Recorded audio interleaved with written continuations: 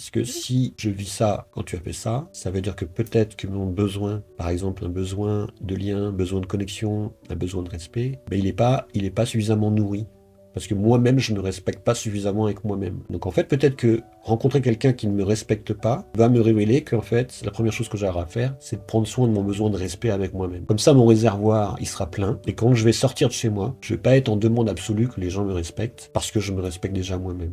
Et donc je vais regarder à l'extérieur les choses avec un rencontre différent. Donc ça veut dire, par exemple, moi qui sors à moto, et on parlait de la vulnérabilité, tous les matins, bon, quand je médite, dans mes méditations, je mets de la vulnérabilité, je mets de la présence, parce que en sortant, je sais que quand je vais être sur ma moto déjà pour ma sécurité, c'est quand même important que je sois en pleine conscience, et c'est vrai que la moto, c'est vraiment un moment où je pense vraiment en conscience, parce que je capte.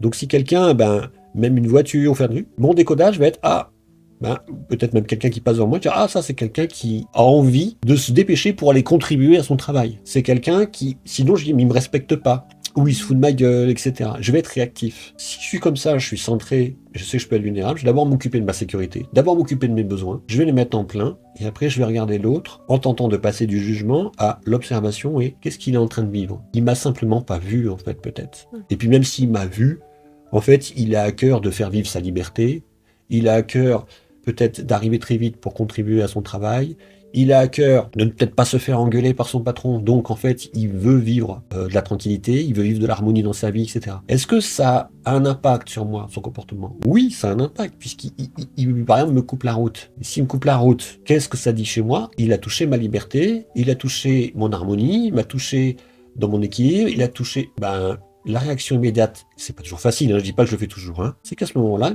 ben, je m'occupe de mon besoin. Retour à soi.